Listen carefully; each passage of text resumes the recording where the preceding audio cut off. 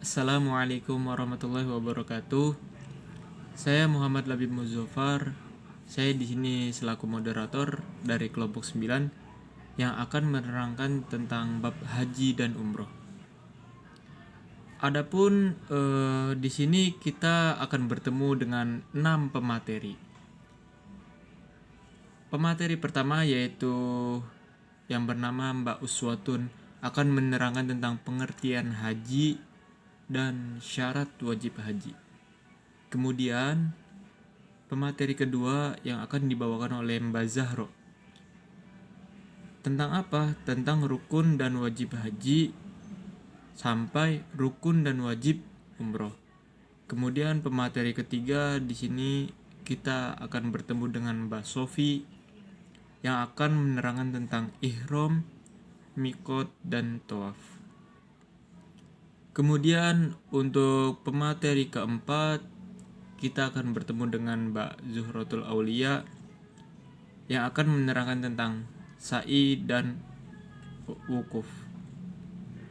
Kemudian berlanjut ke materi kelima, kita akan bertemu dengan Mbak Samaroh yang akan menerangkan tentang mabit dan tahalul.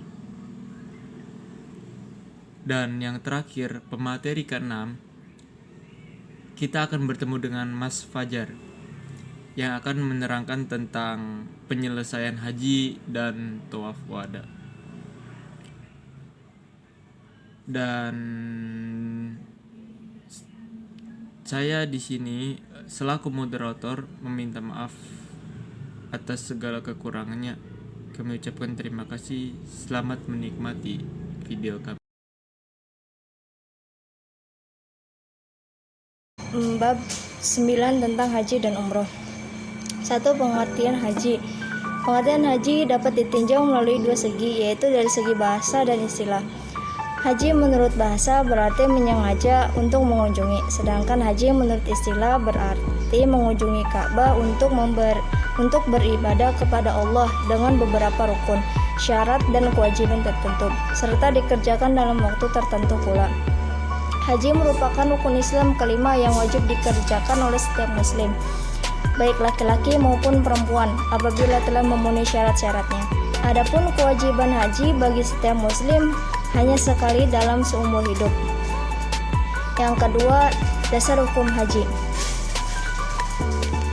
Menunaikan haji hukumnya wajib bagi setiap muslim yang telah memenuhi syarat-syaratnya. Hal tersebut berdasarkan firman Allah Subhanahu wa taala dalam surah Al-Imran ayat 97 yang artinya, dan di antara kewajiban manusia terhadap Allah adalah melaksanakan ibadah haji ke Baitullah, yaitu bagi orang-orang yang mampu mengadakan perjalanan ke sana. Qiyas Al-Imran ayat 97.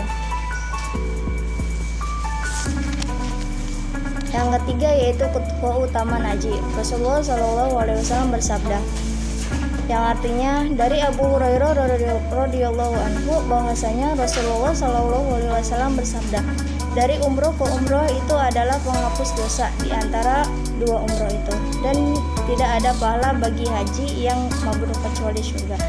Hadis riwayat Bukhari dan Muslim. Yang keempat yaitu haji anak kecil. Anak yang belum baligh bila melakukan haji adalah sah hajinya, tetapi tidak wajib. Haji anak kecil atau orang yang belum baligh tidak tergolong wajib, oleh karenanya bila telah dewasa ia wajib mengerjakan haji bila mampu. Nabi SAW bersabda, yang artinya dari Ibnu Abbas radhiyallahu anhu bahwasannya Nabi SAW berjumpa dengan kafilah di Rauha, suatu tempat di dekat Madinah. Beliau bertanya, siapakah kaum ini? Mereka menjawab, kaum muslimin. Dan mereka bertanya lagi, siapakah kamu? Beliau menjawab, Rasulullah. Maka seorang wanita memperlihatkan seorang anak kepada Rasulullah dan berkata, apakah bagi anak ini ada haji? Beliau menjawab, ya, dan bagimu pahala. Hadis riwayat Muslim. Yang kelima, syarat wajib haji. Syarat-syarat wajib haji ialah Islam, baligh, berakal, merdeka, dan mampu. Yang dimaksud dengan mampu ialah cukup bekalnya untuk pulang pergi serta cukup pula nafkah bagi keluarga yang ditinggalkan. Dan jika berutang, maka segala utangnya harus telah dibayar lunas. Ada kendaraan bagi yang datang dari luar kota Mekah sesuai dengan keperluannya dan aman. Rasulullah SAW bersabda, dari Anas radhiyallahu anhu berkata, ditanya kepada Rasulullah, ya Rasulullah, apakah yang dimaksud dengan sabil? Beliau menjawab, perbekalan dan perjalanan. Yang ketiga, bagi perempuan bersama muhrimnya, yaitu suaminya, ibu bapak atau perempuan yang dipercaya. Meneruskan penjelasan materi dari teman saya. 6. Rukun dan wajib haji. Rukun haji. Adapun rukun haji ada 6 perkara, yaitu yang pertama, 1. Ihram, 2. Wukuf di Arafah pada tanggal 9 Zulhijjah, 3. Tawaf ifadah, 4. Sa'i, yang kelima tahallul, yang keenam tertib, yaitu berurutan. B. Wajib haji. Wajib haji yaitu amalan-amalan yang harus dikerjakan dalam haji. Adapun kewajiban haji sebagai berikut. 1. Ihram dari mikot, yaitu memakai pakaian ihram, tidak berjahit. 2. Bermalam atau mabit di Musdalifah sesudah wukuf. 3. Bermalam atau mabit di Mina selama 2 atau 3 malam, yaitu pada hari tasyrik pada tanggal 11, 12, dan 13 Zulhijjah. Yang keempat, melempar jumroh Aqobah 7 kali dengan batu, yaitu pada tanggal 10 Zulhijjah. Yang kelima, melempar semua jumroh, yaitu jumroh ula, wusta, dan Aqobah pada tanggal 11, 12, dan 13 Zulhijjah. Dan yang keenam, meninggalkan segala larangan ihram. 7. Macam-macam haji dan pelaksanaannya dapat dibagi menjadi 3, yaitu 1. Haji tamatu. Haji tamatu adalah mengerjakan umroh terlebih dahulu baru melaksanakan haji, yaitu pada tanggal 8 Zulhijjah. Yang B. Hija Qiron. Qiron adalah mengerjakan haji dan umroh secara bersamaan. Yang C. Haji Ifrad. Ifrad adalah mengerjakan amalan haji terlebih dahulu kemudian mengerjakan umroh. Nah, berikut sunnah-sunnah haji. Di antaranya, A. Ifrad, yaitu mendahulukan urusan haji terlebih dahulu kemudian mengerjakan umroh. Yang berikutnya membaca talbiyah, yaitu labbaik Allahumma labbaik, labbaik la syarika laka labbaik, innal hamda wan ni'mata lak wal mulka la syarika lak, innal hamda wan ni'mata lak wal mulka la syarika lak. Itu berikut pembacaan talbiyah. Selanjutnya tawaf kudum, yaitu tawaf yang dilakukan ketika pertama kali datang di tanah haram. Terus selanjutnya sholat sunnah ihram 2 rakaat. Bermalam di Mina pada tanggal 10 Zulhijjah. Tawaf wada atau perpisahan, berpakaian ihram dan serba putih, dan yang terakhir berhenti di Masjid Haram pada tanggal 10 Zulhijjah. Kemudian rukun dan wajib umroh. Rukun umroh. Rukun umroh ada 5. 1. Ihram dengan niat melakukan umroh. 2. Tawaf. 3. Sa'i. Keempat, tahallul. Yang kelima, tertib atau berurutan. Yang B, wajib umroh. Wajib umroh ada 2, yaitu yang pertama, ihram dari mikot. Yang kedua, meninggalkan segala yang diharamkan dalam ihram. Ihram, mikot, dan tawaf. Pertama, ihram ialah permulaan melakukan ibadah haji atau umroh. Tata caranya, pertama, membersihkan badan, potong kuku, mandi dan wudhu. Kedua, memakai pakaian ihram. Ketiga, melaksanakan sholat sunnah ihram 2 rakaat. Keempat, berangkat menuju Mekah atau Arafah. Kelima, terhitung setelah seseorang memulai mikot, berarti dikenakan segala hukum dan larangan ihram. Larangan dalam ihram, pertama, memakai pakaian yang dijahit bagi laki-laki. Kedua, menutup kepala bagi laki-laki dan menutup muka bagi perempuan. Ketiga, memotong atau mencabut kuku. Keempat, memotong, mencabut atau menyisir rambut. Kelima, memakai wangi-wangian. Keenam, berburu binatang yang halal dimakan dagingnya. Ketujuh, memotong pohon-pohonan. Kedelapan, nikah atau menikahkan. Kesembilan, bersetubuh. Kesepuluh, bersentuhan kulit atau menyalurkan nafsu. Bagi orang yang melakukan larangan tersebut akan dikenakan dam dengan menyembelih hewan ataupun berpuasa sesuai dengan yang diperbuatnya. Kedua, saya akan menjelaskan tentang mikot. Ialah syarat pertama ihram, terbagi menjadi dua macam, yaitu mikot zamani, ialah ketentuan batas waktu untuk mengerjakan umrah pada haji tamatu, yaitu dari tanggal 1 Syawal sampai 10 Zulhijjah. Di luar bulan tersebut disebut ihram umrah. Kedua, mikot makani, ketentuan batas tempat wajib memakai ihram, terbagi menjadi 5 tempat, yaitu Zulhulaifah, Juhfah, Karmin, Zatu Irkin, dan Yulamlam. Ketiga, saya akan menjelaskan tentang tawaf, yaitu mengelilingi Ka'bah sebanyak 7 kali, dimulai dari Hajar Aswad, kemudian ke Multazam, setelah itu ke makam Ibrahim untuk melaksanakan sholat sunnah tawaf 2 rakaat.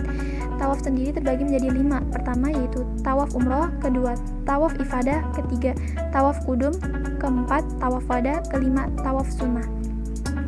Syarat sahnya tawaf terbagi menjadi 9. Pertama niat, kedua menutup aurat, ketiga suci dari hadas dan najis, keempat ketika tawaf posisi Ka'bah harus berada di sebelah kiri, kelima dimulai dari Hajar Aswad dan diakhiri di Hajar Aswad di Hajar Aswad pula, keenam harus dilakukan di Masjidil Haram, ketujuh tawaf itu ditujukan untuk tawaf saja karena tidak ditujukan untuk tujuan lain. Kedelapan, dilakukan sebanyak 7 kali. Kesembilan, posisi tubuh dan pakaian orang yang melakukan tawaf harus berada di luar Ka'bah. Sekian dari saya. Terima kasih. Pengertian sa'i dan wukuf. Sa'i yaitu berjalan cepat, pulang, pergi di antara dua tempat, Safa dan Marwah. Syarat-syarat sa'i ada 4 perkara. Yang pertama, dikerjakan setelah melakukan tawaf rukun dan tawaf kudum. Yang kedua, dimulai dari Safa dan diakhiri di Marwah. Yang ketiga, dikerjakan sebanyak 7 kali dengan yakin. Dan yang keempat, berjalan dalam batas lingkungan tempat sa'i. Cara mengerjakan sa'i. Yang pertama niat, yang kedua berdiri menghadap ke Ka'bah, yang ketiga berdoa memohon dengan sesuka hati, yang keempat disunahkan membaca doa. Doanya Rabbi Ghufir warham innaka antal azizul akram Rabbana atina fid dunya hasanah wa fil akhirati hasanah wa qina azabannar. Yang kelima, kemudian turun lalu berjalan menuju Marwah. Yang keenam, sesampai di Bukit Marwah lalu naik ke atas tangga sekedar melihat Ka'bah. Yang ketujuh, lalu turun dari Marwah dan kembali ke Safa dengan jalan dan lari yang dipendekkan langkahnya. Dan yang kedelapan, setelah selesai 7 kali terus tahallul. Wukuf. Wukuf artinya berhenti di Arafah. Waktu wukuf dimulai dari tergelincirnya matahari ke sebelah barat, yaitu tanggal 9 Zulhijjah sampai waktu fajar tanggal 10 Zulhijjah. Cara mengerjakan wukuf umumnya beberapa hari menjelang tanggal 9 Zulhijjah, yaitu hari wukuf. Pada hari ke-8, jamaah haji dari Mekah pergi ke Mina, mengerjakan sholat zuhur, asar, maghrib, dan disunahkan pula bermalam di Mina.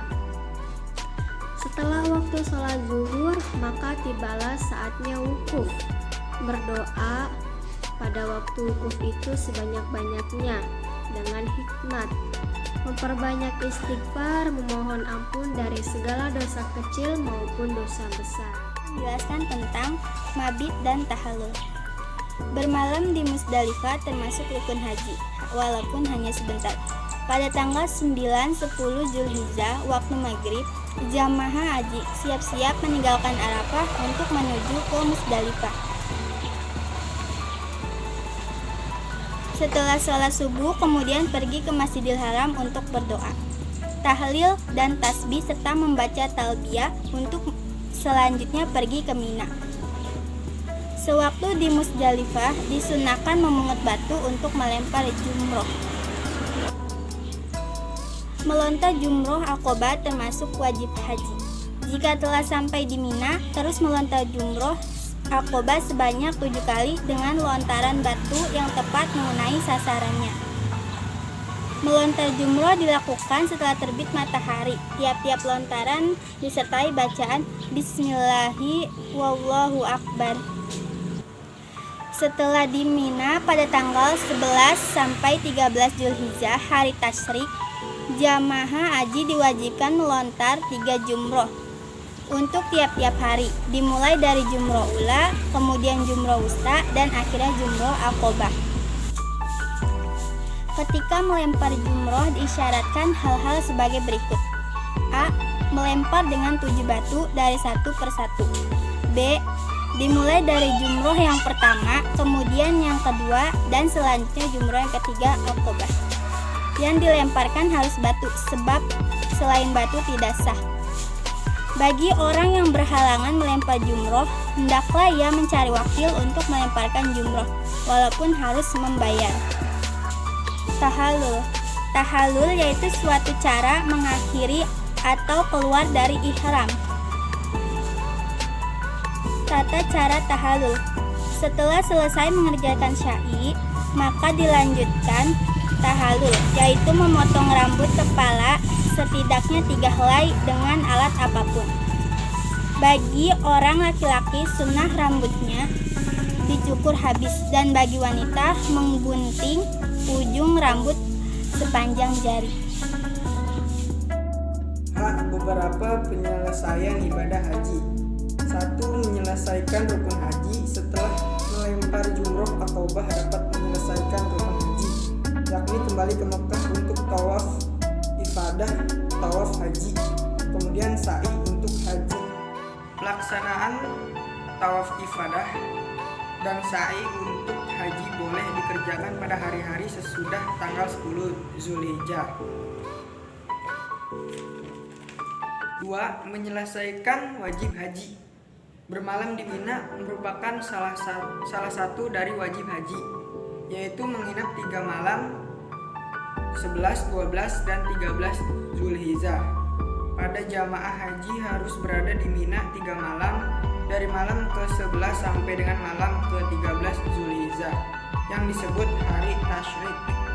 Setelah selesai di Mina, maka jamaah haji kembali ke Mekah terus mengerjakan tawaf ifadah atau tawaf rukun, dan dengan ini selesailah segala rukun dan kewajiban dalam ibadah haji. Tawaf ifadah boleh atau sunnah dikerjakan pada hari ke-10 Zulhijjah, hari pertama sampai Mina dari Musdalifah. Melaksanakan tawaf ifadah ini waktunya sehabis melontar jumroh Aqobah dan tahallul haji. Tentang ibadah haji ini sangat banyak hikmahnya, antara lain: A. Ibadah haji memberi pelajaran bagi kaum muslimin untuk berkorban menyatukan diri dengan umat Islam di seluruh dunia di waktu mereka berkumpul di tanah suci. B. Dengan ibadah haji berarti umat Islam diperintahkan harus berusaha dengan giat untuk mencari rezeki agar dapat menyempurnakan rukun agamanya. Dengan demikian, Islam bukan agama yang menyuruh seseorang untuk bermalas-malasan, tetapi agama yang memerintahkan kepada umatnya supaya berusaha mencari soal-soal keduniaan yang menghasilkan kebahagiaan dunia dan akhirat. C. Haji dapat mengumpulkan umat Islam dalam satu aliran dan mendapat untuk cita-cita persaudaraan dan dapat menciptakan ukhuwah Islamiyah.